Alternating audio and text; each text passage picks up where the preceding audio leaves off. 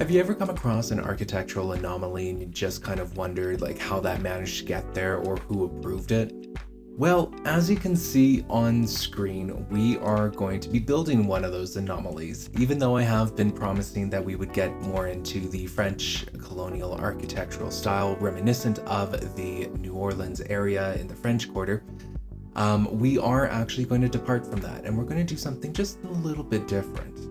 Now, for those of you just joining me and just discovering this channel, my name is Michael and I want to welcome you to Sovereign Gaming in Life Sims, the YouTube channel where I build worlds, lots, and share my thoughts on video games in the life simulation gaming space.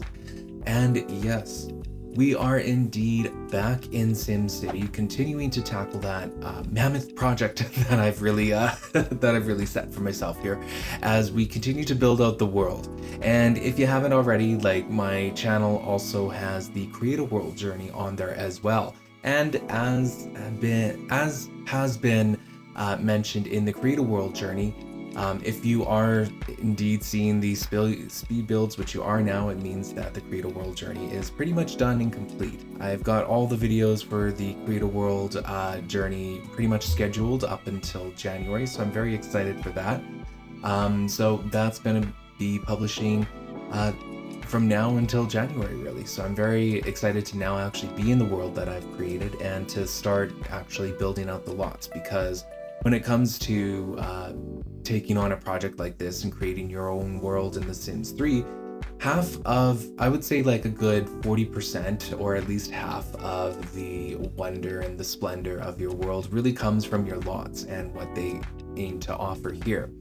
And as you can see, we are doing yet another build just in the Old Town neighborhood, and this time we are going to be using a community rabbit hole object. Well, technically it's considered an object, and that is going to be, I think it's called the Brunton's Boxcar Diner, and I really wanted to do something different with it. Now, in previous versions of SimCity that I've built and have built before, which I've never released to the public, but one thing that I thought was really creative was just kind of using the Boxcar Diner, and I believe it might have came with either the Pets expansion pack or the Ambitions expansion pack, but using the diner as in like it was an old streetcar and building like a station around it. And I felt that that was a really creative way that I used it in the past, and that was something that I really wanted to bring to this build in this version of SimCity for you guys. With rail infrastructure being so predominant in the SimCity world that I built, I also kind of wanted to build a little something, a little piece of additional rail infrastructure that just kind of suggests that there used to be an old streetcar system that used to be in commission. And the reason why I really wanted to do that is because I felt like it would suit Old Town here really well in terms of like giving a little tribute to that kind of history, but also cities all over the world have decommissioned their old streetcar systems. Like, and one of the most predominant examples that comes to mind, and they actually didn't decommission their old streetcar routes, they actually built upon it, is actually Toronto in Canada. Their streetcar system is over 100 years old and it's still active and still very useful to this day. I was recently in Toronto, actually just kind of flying through there, and I actually had to use a streetcar to get to where I was staying at, and it was handy. It was handy enough.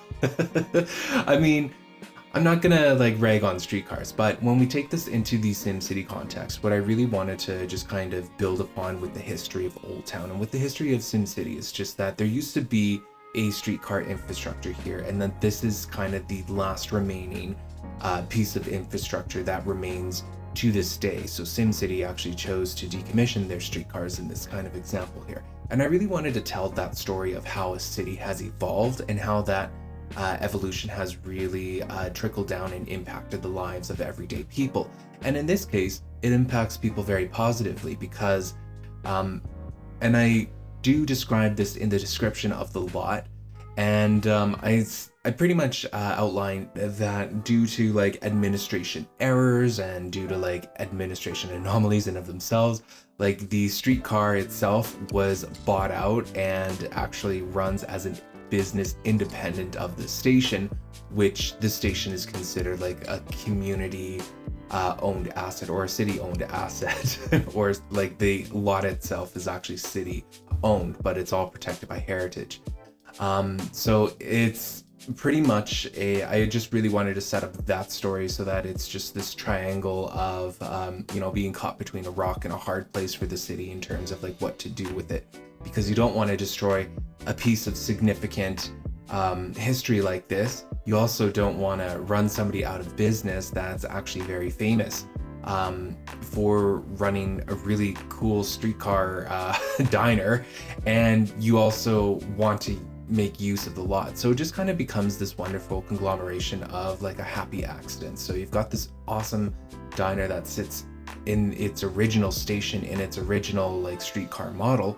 Then you've got the rest of the station being used as this sort of neighborhood communal plaza, really, where you can sell some markets, like I dropped in some of those fruit carts so you can actually buy some groceries just like in an open air market there.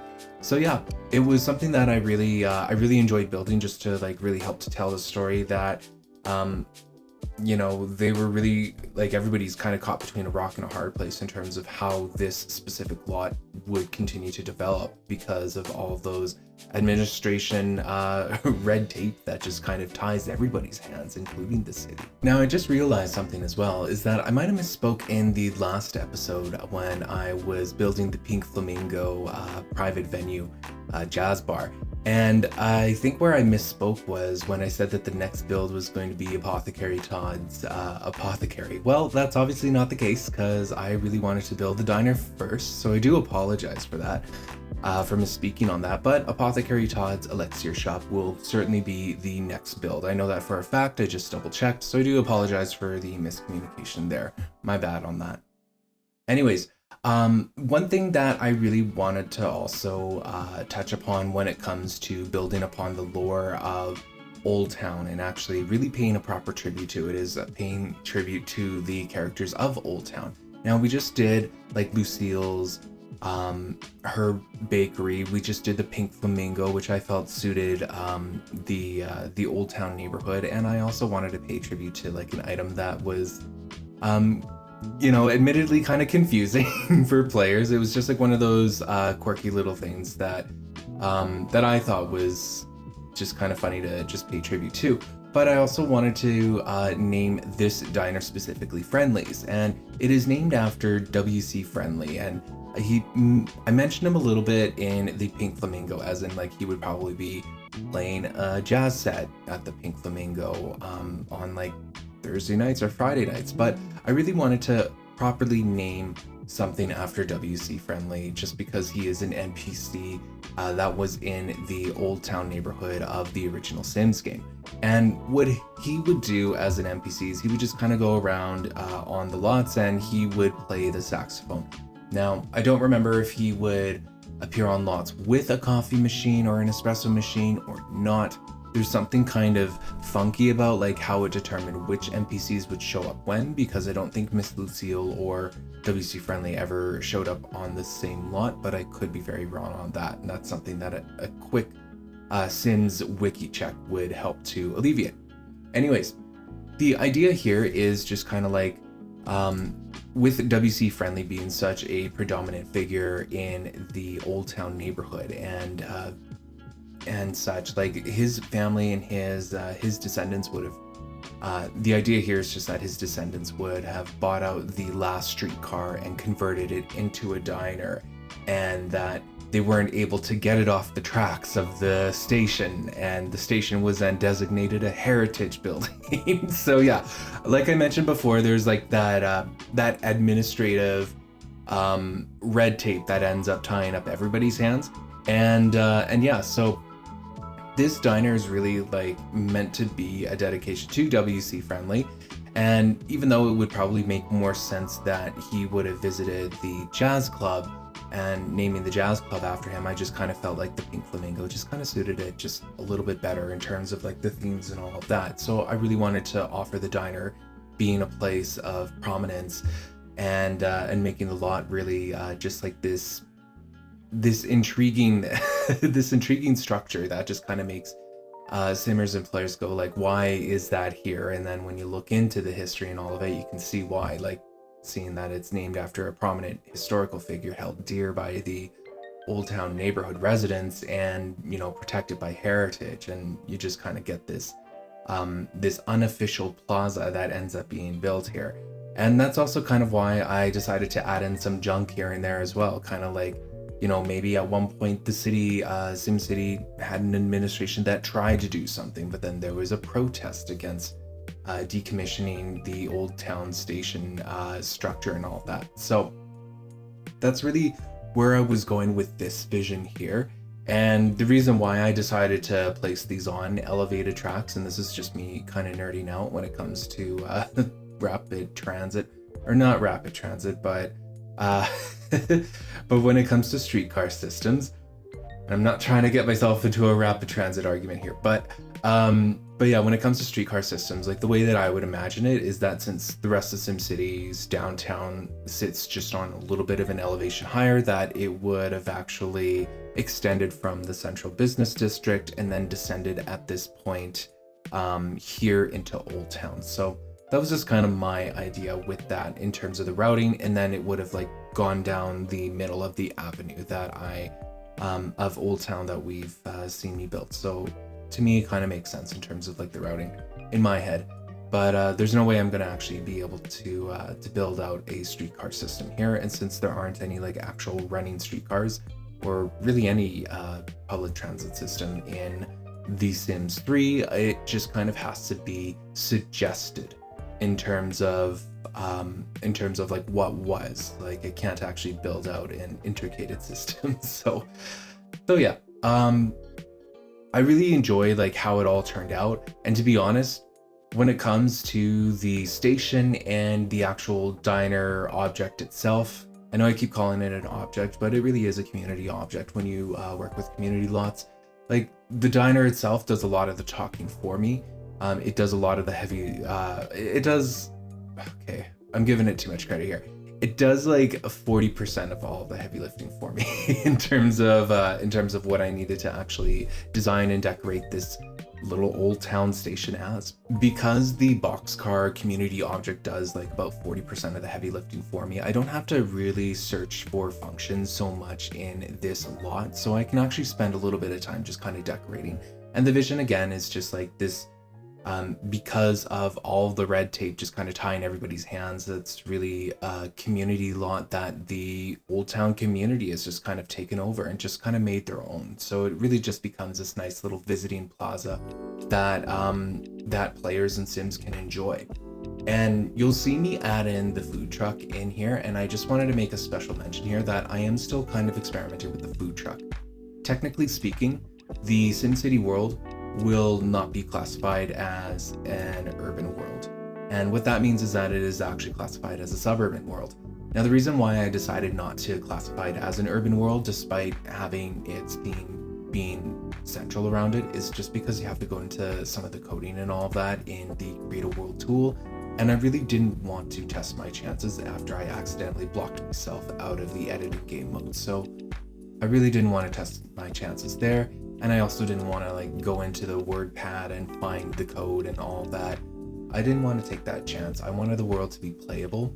And since NROS is such a widely used mod out there, a very easy mod to use, one that I use myself, I figure that players can actually just kind of make their own adjustments there. Now, with that said, I am doing a little bit of experimenting with the food truck. And you'll see it appear and disappear a couple of times. And the reason is because I am uploading a save and uploading my game just to like do some testing to see if it's there.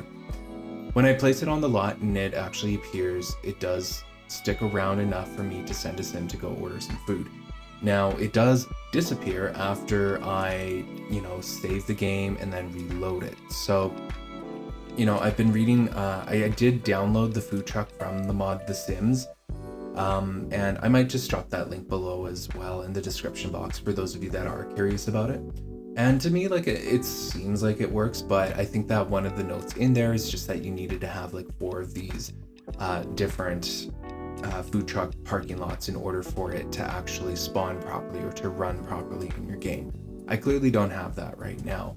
And there are plans to actually bring the food truck in multiple times throughout all of the neighborhoods. So, you know, I'm going to do that. I'm going to continue experimenting with it just to see if I can get it to work properly because, you know, personally, one thing that I kind of hate is the fact that the food truck does travel a little bit. Now I get it. There's an icon and all that, but that's only in like the urban worlds like Bridgeport.